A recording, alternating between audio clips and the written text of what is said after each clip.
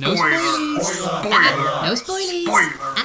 Small independent developer studios can be a great place to look if you're trying to find video games that have been made with genuine creativity behind them, as most big budget AAA franchises are the gaming equivalent of the colour beige, and usually have some skeletons in their closet, and sometimes that phrase is far more literal than I would like it to be. More and more I've been turned off from buying from larger companies, because 70 quid per game is bad enough, but given how unfinished a lot of these games turn out to be and how bloody monotonous these things can be, it just makes me think my dosh would be better spent elsewhere. The only big budget game that's actively got my interest is the upcoming Space Marine 2, but even then my expectations are kept firmly in check, because, you know, the games industry. The last few weeks I've spent slowly plugging away at my New Vegas DLC video, but I also don't want this Go Nowhere channel to actually die as I hit more and more mental roadblocks, so I quickly selected the first game that looks interesting on the PS Store and downloaded it for a quickie review. It's Boxville, a puzzle game about sentient tin cans. This review won't be divided into a story and gameplay section, because truth be told, the game is quite small scale and its plot and gameplay cannot be divided so simply, but mostly because the plot isn't that deep or complicated, so it really doesn't warrant an entire section and custom intro card. Anyway, what is this game?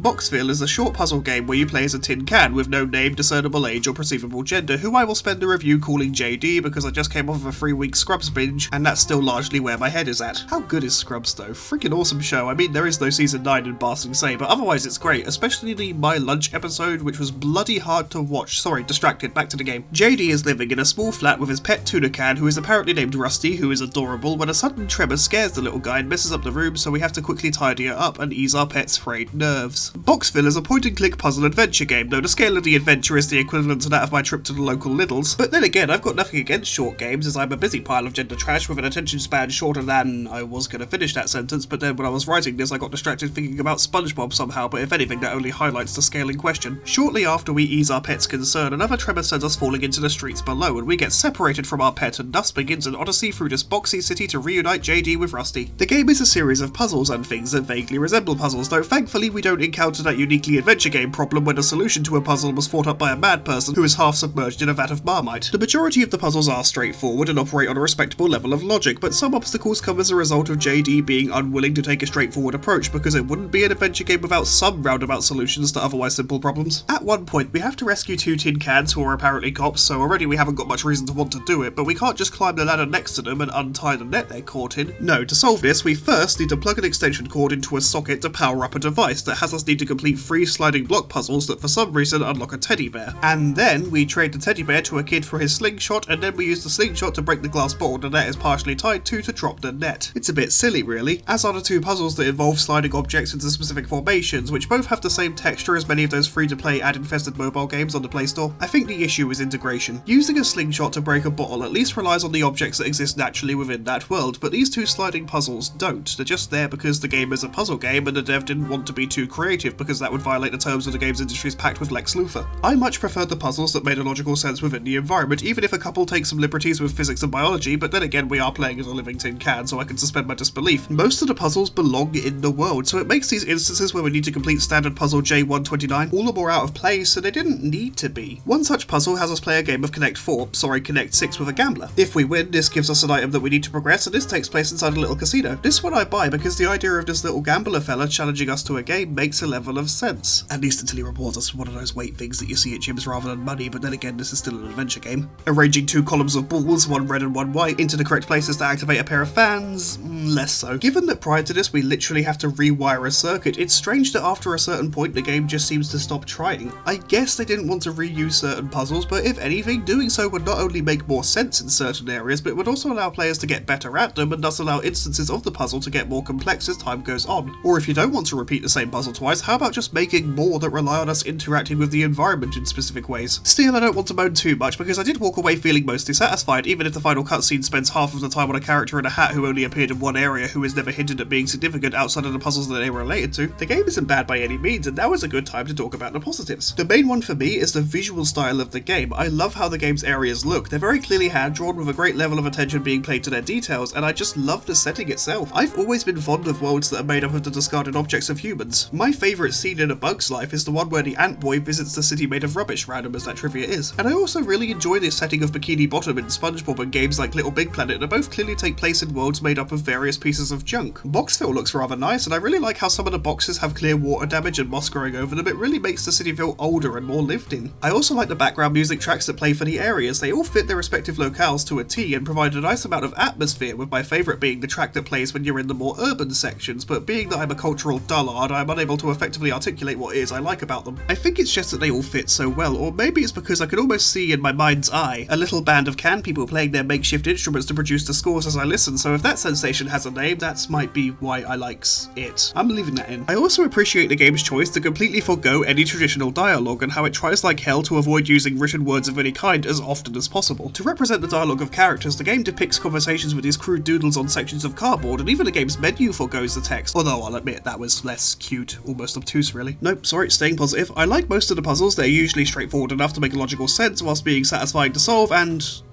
well, that's it, and that's not even all of them, that's just like some of them. Oh no, wait, I've got another. I do like that we eventually discover the source of the tremors, and it's corrected by solving a puzzle that we needed to solve to progress anyway. That's good. And crap, now I really am out of compliments. That's my positive section done. Does that mean it's time for the negative? Well, no, we've already covered the problems I've had, and most of the frustration I did end up feeling was because I'm a dumbass who couldn't put A and B together. Honestly, I feel quite happy calling Boxville a good game. It's only about an hour long, depending on how quickly you solve the puzzle, so it doesn't outstay its welcome. I guess the price point of about £8 is potentially an issue, as that's a fair amount to ask for a short game, though you can buy it for under £6 on the Google Play Store. I guess I paid extra for the honour of playing it on a mighty PS5, which makes me feel like I'm wasting the tech. Still, £6 to £8 isn't terrible for a short but decent indie puzzler, and with that I've officially run out of things to say. Boxville is a good little puzzle game if you like little puzzle games. Yeah, I think we're done. Now I'm gonna go and try and work on my New Vegas DLC video some more and not accidentally spend another full day in RPG Maker like the sad sack I am. See you next time. Oh, don't forget to like the video and comment if you made it this far. Comment the words, "Where do you think we are?" if you made it this far. Yes, there is another Scrubs reference. I warned you that's where I am mentally. Also, check out my Patreon and T-Mill in the description. Or don't. Leave it up to you. Love you, bye.